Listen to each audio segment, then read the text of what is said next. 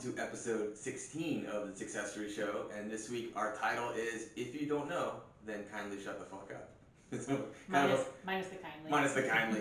It's kind of not quite a call-out episode, it's more of an educational episode, and maybe we're overstepping our boundaries on things that we're discussing, hence we're discussing this on a podcast, which, accordingly to the internet, we're not qualified to talk about. We're just tattooed people who lift. But that's cool. It's opinion-based, so take it for what it's worth. But we're talking about people constantly, whether online, or in person, or your training group, giving you information that they may not be very educated on, or opinions on things that they're very unaware of, that may be more detrimental than it is helpful. So joined as always by Riley Fresnel, whose knees weak, palms may be sweaty. My palms are definitely sweaty. I do really like spaghetti. Moms or just in general? My mom didn't make very good spaghetti, so I like my spaghetti. My mother's spaghetti was awful. And she would serve it to me with ketchup, so I went like a solid 10 years never having spaghetti because it was the most disgusting thing on the planet. Well, so my mom's side is the one that's Irish and Native American, and my dad's side is the one that's Italian and Native American, right? A lot of angry drunks. So my grandma always made pasta and stuff. My mom is not a Italian woman, so whenever she would make pasta, it'd be very Americanized, not very good. But so yes, long story short, I like spaghetti, but Mom, you don't make good spaghetti. I understand why you vomited already. It's on your sweater. It's on my sweater. I had to take my sweater off. You're right. Good call. So this is something we see often in our society of we blur the lines because of online. We always think we're being helpful and sometimes we're being hurtful. And as coaches, we get this often where someone's training partner or someone's buddy or the dude online that likes to mansplain why a female shouldn't arch on her bench press, which is totally wrong, likes to interject their opinion without a thorough understanding of the topic. And we were discussing this earlier as basically the Dunning-Kruger effect, which Riley will go to explain the Dunning-Kruger effect for us. It's really pretty simple, like broken down pretty simple. It's the more you know, the more that you underestimate how much you know, and the less you know, the more that you overestimate how much you know. So if you are someone who is, we'll say, lacking in the education department of a certain topic, because you are unaware of how much there is to actually know about said topic, you think that you know everything. It's like looking at the tip of an iceberg above the water. That's all you see, so that's what you think that you know, and that's all that you think that there is, so you think you're an expert. Versus someone who's well-versed in a specific topic or whatever it may be, you are aware of how much more you have left to learn in order to actually be an expert. So then that's when the imposter syndrome comes in and you start to doubt how much you actually know. You could be the smartest coach in the world, and if you're around another coach, you suddenly feel like you don't know anything because you don't have the answers to everything, or you can't automatically give a coaching correction right then and there. I feel like it's very prevalent within the coaching world. I see it a lot where coaches who are brand new and don't do a whole lot to educate themselves on topics suddenly are experts online about everything, and exactly what they say goes, versus a lot of the really, really smart and strong coaches that we know myself included, have a hard time putting out educational content because they feel like it's not good enough or smart enough or whatever compared to their peers. So it tends to be that the person who knows the least is generally the loudest about what it is that they know. We've come in contact with quite a few different instances where people should not be giving advice. We were at a gym once. And this was relatively recently. We don't get to go to gyms often unless I'm doing a seminar somewhere or go somewhere, and we happen to be in a gym, and the trainer was giving some of the worst advice I'd ever heard. And mind you, this guy has never competed in powerlifting, and he was speaking to a female powerlifter, so right off the bat he's mansplaining. And she's a raw powerlifter, and he was expressing to her that she would instantly get 25 to 30 pound PRs by simply standing wider and box squatting every week because Laura Phelps said so. No discredit to Laura Phelps, she was a multiply powerlifter and she does coach raw lifters, but Laura Phelps wasn't there. He's pontificating off of a video he watched on YouTube, and then told her that she should take a certain steroid, which is known as Anavar, because there's no side effects except for good side effects. To which I was cringing, hearing this advice from every avenue, because one, he has no idea what he's talking about because he's not a powerlifter. He's not very educated on the mechanics of raw powerlifting to begin with. She was already talking about how she struggled to hit depth. Going wider and changing her mechanics is the only one to make that even worse. And advising someone to then take a drug that he's clearly not familiar with any of the actual side effects of it, he's done zero research, just bro science out there. And literally, he was advising this person to do that. And inside, I was just absolutely cringing. It wasn't my place to say anything because she's not my client. She's apparently his client, which she should really reconsider. But I just wanted to scream at the top of my lungs, you don't know, please shut the fuck up. Yes. I mean, even if he was incredibly well versed in Anavar and coaching, he still should not be making that recommendation to a female, considering your biology is very different than the female that you're talking to. Sure. And so to say that there are no negative side effects is a vast oversight. And giving advice like that can be really detrimental to the person receiving it, because let's say that she does decide to start using PEDs, and she's like, oh, this is totally fine. The only side effect that I'm going to get is getting stronger and getting better. And then all of a sudden she has virilization issues, or she has like some very unsightly kind of side effects that she doesn't want. Now she's stuck with that because one guy decided to say, yeah, it's no big deal. You can just totally take PEDs and it will just make you stronger, and that's about it. That can be He's so at bottom detrimental. end of that Dunning-Kruger. Someone who doesn't know anything but thinks his levels is that much higher. Yeah, I actually didn't end up hearing this. Trevor and I were like deadlifting next to each other, and I was clearly very zoned in, but I looked over at him, and he's not very good at hiding his face. No, I'm not very good at hiding my faces. And so I was like... literally cringing. Yeah, so I was like, what's going on? He was like, you didn't hear that? And he told that to me. And yeah, it's pretty upsetting, especially being a female who does know about PEDs and does know that there are negative side effects to taking them. So next time someone just... And I've heard this a lot from female clients that I get about their past coaches, specifically male coaches, telling them to start taking PEDs and starting to, push that thought into them and saying that it's no big deal. And a lot of them are on PEDs now. They have no idea why. They have no basis of strength around it, and they're just taking them because they were told this is what you do to get strong. That you could fuck up someone's life that way. So you should probably take it a little bit more seriously when you're messing with someone's hormones, or even like messing with someone's strength capabilities. Like what if she changes her squat mechanics and goes wider and then she injures herself? Right. Like speaking of this specific instance, like these things can be detrimental. So if you don't know, then seriously, shut the fuck up. And it applies to so many different avenues in life. It really isn't just our performance aspect. It's every avenue in life that people who aren't very educated are freely giving advice as if it's expert advice without any quantifying data behind it. And so whenever somebody asks me a question, if I'm not the most educated in that field, I'll usually say to them, hey, I don't know. Here's who to talk to instead, or here's where you can find the resources on that, or here's where you can find information. Every time I do a Q&A, someone comes to me with a very specific injury and says, how do I fix this? And I say, please see a clinician.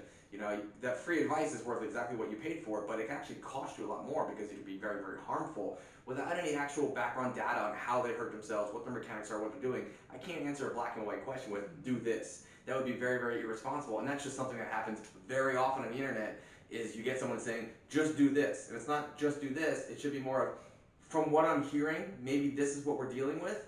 We can try this, and if it's not working, you're going to need to see a expert or a clinician or somebody in this field. And I love stock and stock investing and stuff like that. And Peter Lynch talks about that. He's one of the best known, he ran the Magellan Fund, one of the best known investors of all time. And he talks about that people will research anything. They'll research a brand new car, they'll research a computer, they'll read specs for weeks before buying, but they'll hear a stock tip on a bus and put half their life savings in it. That's just not how life works, and that's just not how you should do things. When you're investing into something, whether it's your results or your own progress, you should do your own due diligence. You should find out from as many people as possible. Educate yourself. Find people who are educated on that matter, and not just blindly take someone's advice. So this is in both directions. It's one, stop giving advice, and two, stop accepting advice from people who are dumbasses. And I say that jokingly, but it's true. Sometimes I see some of the advice that's written in comments or questions and things, and I hate it. If I have a lifter who hits a PR like 600 pounds, and then somebody else is like 650 is going down in 3 weeks, like, no, dude, that ain't how this fucking works. Shut up. Yeah, I think that's those people trying to be like motivating or whatever, but it's also like be realistic here. But like if I'm going to, speaking on what you're saying about stop accepting advice from hoping that they know the answer, or maybe hoping that they confirm whatever it is that you think your answer is not the correct way to go about things. And we kind of posed this question on social media of have you ever given advice on a topic you weren't qualified to give advice in? And it actually is, I think, ended up being mostly people saying yes, which was, at least you have the self-awareness to say that you everybody has done it. Yeah, everybody has sometimes probably given advice without thinking, was that the best advice to give? Yeah, it was 70% people said yes and 30% people said no way. And to be honest with you, the people that said no way, I guarantee you have at least once. You probably just didn't have the foresight to know that you weren't entirely qualified for that. And this question kind of messed a lot of people up. Like they were like, well, if you have experience in the topic, then maybe that can be considered education. Sure, maybe experience in the topic can be considered education, but that may be just what works for you or what worked for you in that situation. That doesn't mean it's going to apply to everyone. And I had one of my clients was like, I think it's most people's nature to try to help people if they ask them for advice. And it's like, yeah, everyone wants to help people, but it can be incredibly detrimental if you are giving advice on a topic that you have no business giving advice in. So if you're going to give that opinion, I feel like you should preface it with, I'm not an expert in this. This is maybe what I would do. That's not me saying that this is going to be successful for you, but this is what I did, or this is what I would think that you could do. And then, just kind of let them know. Don't pretend like you are an expert in that field just because they came to you and asked for help. We all want to help everyone. I get it. That's natural. That's human nature to want to help everyone. But sometimes you're hurting people by trying to help them more so than you would be if you were just like, hey, I truly don't fucking know what the answer is to the problem that you have. Darren Lies, the problem is we have difficulty saying I don't know. And it's really okay to say I don't know, and if you don't know, don't speak. Mm-hmm. But like you said, the verbiage is really, really important of saying, in my experience, or I have done this, but you should also seek out further advice or a better opinion or expert opinion, especially when it comes to matters of health or things that you're investing highly in, like long-term development, program design, or whatever, or even your financial investments. You don't want to take it on a whim. Mm-hmm. You want to take it as an educated, it's called doing due diligence. Researching things to make sure you understand them fully before fully investing in them, whether that's your performance goals or your financial goals or even work related. You don't want to just make a guess and hope that it's right half the time, because that's going to be a bad outcome half the time. Yeah. And as a friend and as an advisor, you want to make sure that you're not just blindly advising someone on topics that you're not really comfortable talking about, but you're just saying, oh, I've heard this. Okay, well, how true is that? I've heard this too.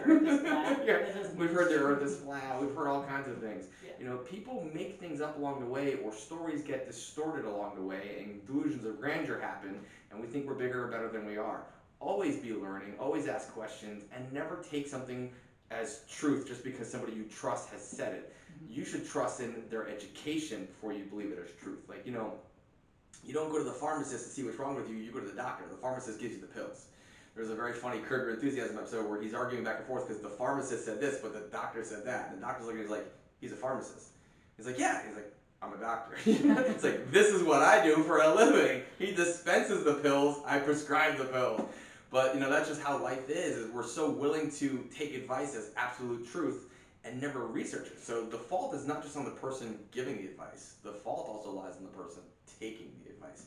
You're going to get some bad advice. I've gotten bad advice in my life. I've probably given bad advice in my life. Always do your due diligence, research something fully, understand it when you're making long-term decisions based on it. Yeah, I think this is a common theme, I feel like, for all of our episodes, but application is key here, right? Mm-hmm. So if I'm opening up a business and I have 4 friends that also have the same type of business, I'm probably going to... You're about to lose 2 of them, but that's besides the point. But you're competing. Oh.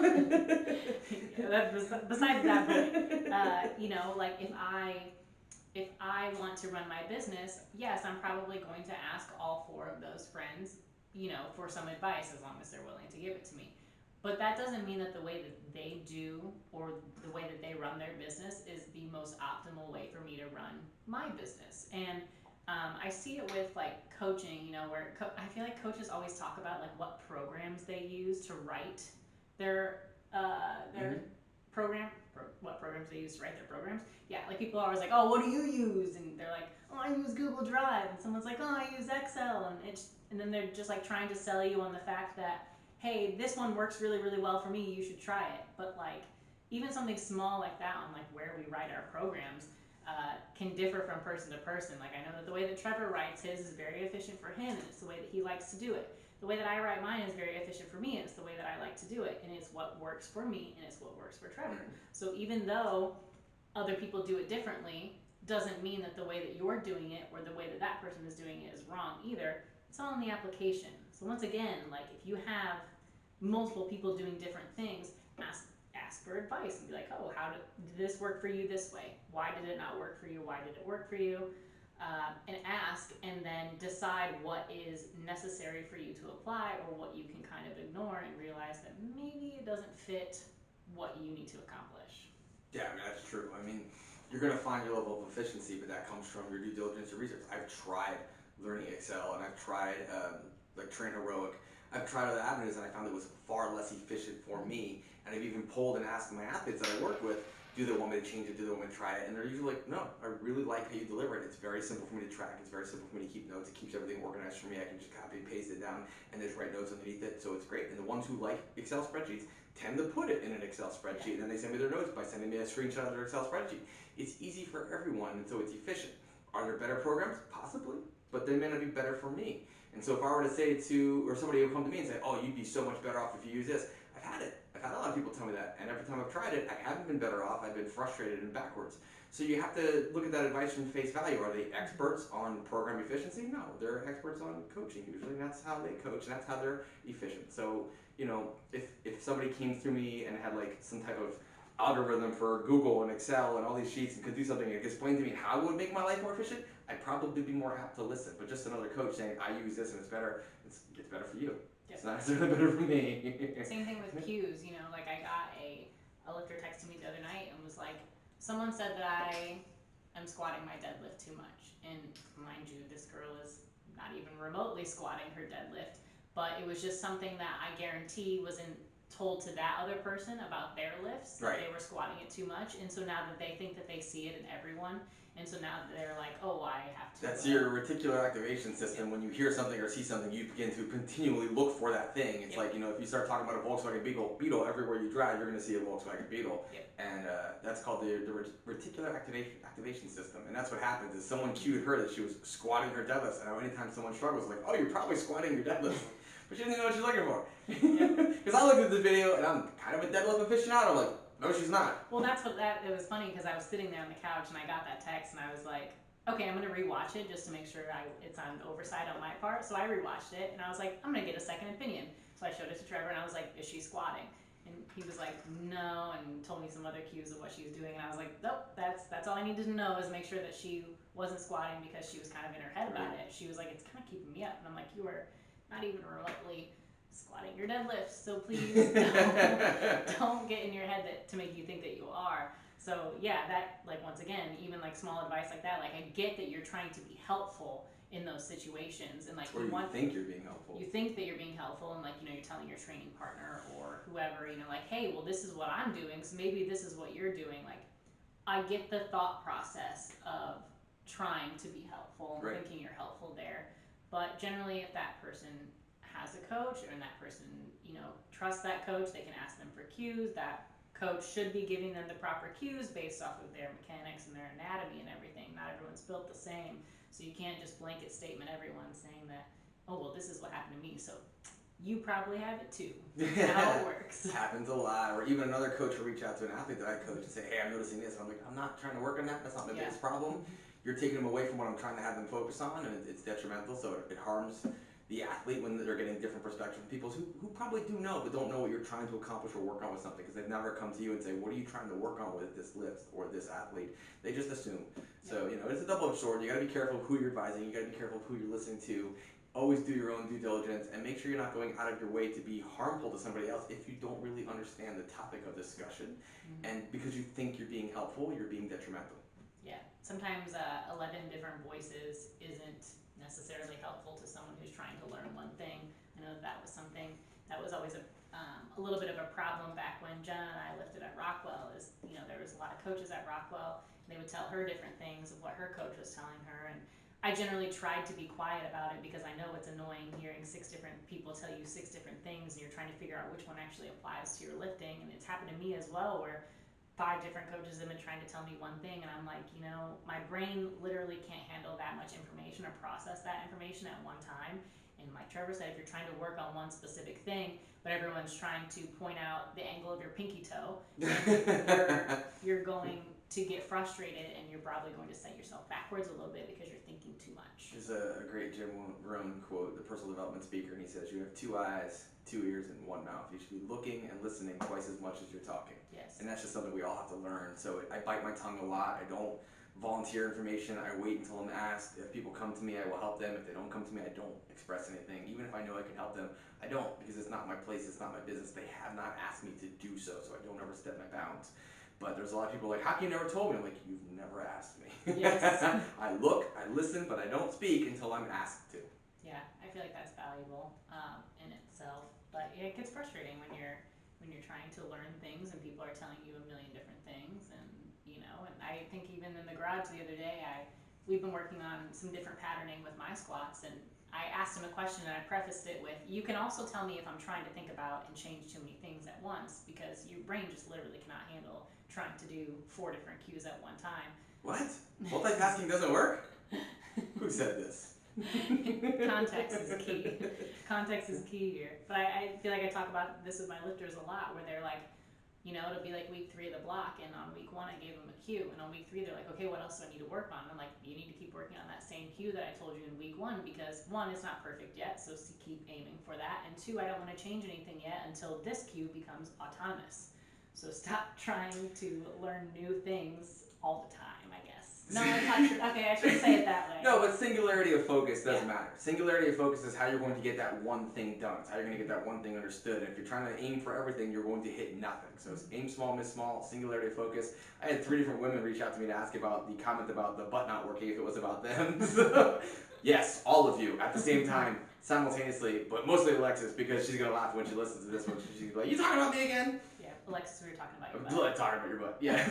But that's something that actually happens often to her, is she loses the singularity of focus and starts focusing on so many different things, or sees other people doing things and wants to understand why, without identifying her needs specifically. And that's actually not just common to Alexis, that's common to many lifters, because we want to progress as fast as possible. And I look at it as the longer you do this, the slower the progress is going to get year after year after year. Anything in life is like that. You're not going to double your returns on your strength every single year. It's going to become slower and slower and slower, so you really have to narrow your focus. Greg Pinor says this often, that the stronger you get, the less you need to do to keep getting stronger. That's true. The more you keep doing, the further backwards you're going to go, because your body and your brain can't process and handle that all. So you start focusing on one very specific thing at a time. And that's hard for a lot of people to do, because we're in a rush. But the more you can slow down and focus on that main thing, the more progress you're going to ultimately make by singularity of focus. Yeah, your brain should definitely be a little bit quieter than it is noisy in the gym, in my opinion anyways. I know that some people are a little bit different, but it seems like if you're constantly trying to remember 6 cues while you're squatting, you're not going to remember any of them. Nope. Versus if you just give yourself 1 cue, which I know Trevor's is breathe. Breathe. So if you give yourself just 1 cue, you can focus on that, and everything else kind of falls into place. But yeah, I do think that people, I don't know if it's like because we're constantly in so many different directions with like how fast social media works and how fast we can process information and receive information, that we're always in a rush to like have more on our brains. But the gym time, like the time in the gym that you spend, should slow down a little bit. Slow and deliberate. Yeah. Yeah, so I talk fast, but when I train, and even Dan Bell laughed about this, he's like, the fastest talker in the West is the slowest deadlift setup I've ever seen in my life. I am slow, I am deliberate, I am purposeful, I am intentful, and the more I slow down, the more I can focus on that one thing and achieve the goal. Yeah. Except for talking, I'll never slow down. Sorry. Got a lot to say. So yeah, I feel like overall, if you don't know anything, it's okay to say that you don't know it. Can I just tell them to shut the fuck up? I mean, you can definitely tell them to Shut the fuck up! You can definitely tell them that. I mentioned this earlier, if a friend comes to you and asks for advice and you know that you don't really know anything about it, your friend would probably value it more if you were like, "Hey, this really isn't my cup of tea, I don't really have any advice to give you there, maybe ask someone else." I guarantee your friend will be more happy with that response in the long term versus if you gave them shitty advice because you didn't actually know anything. So it's okay to say I don't know. Yeah, you lose some friends when you give shitty advice. Yeah. Which is so, if I've given you really shitty advice, it's probably because I didn't want you as a friend anymore. How can I get rid of this person? I know. I'll give them really shitty advice. They'll never talk to me again. It's a great plan. Secrets of the trade. Secrets. Tricks. I think that about covers it for this week. That's all I have to say about that. Yeah, so we will be in New York this weekend. I think it's going to be kind of cold. I'm not sure. I'm going to have to wear pants. Trevor's going to have to wear pants.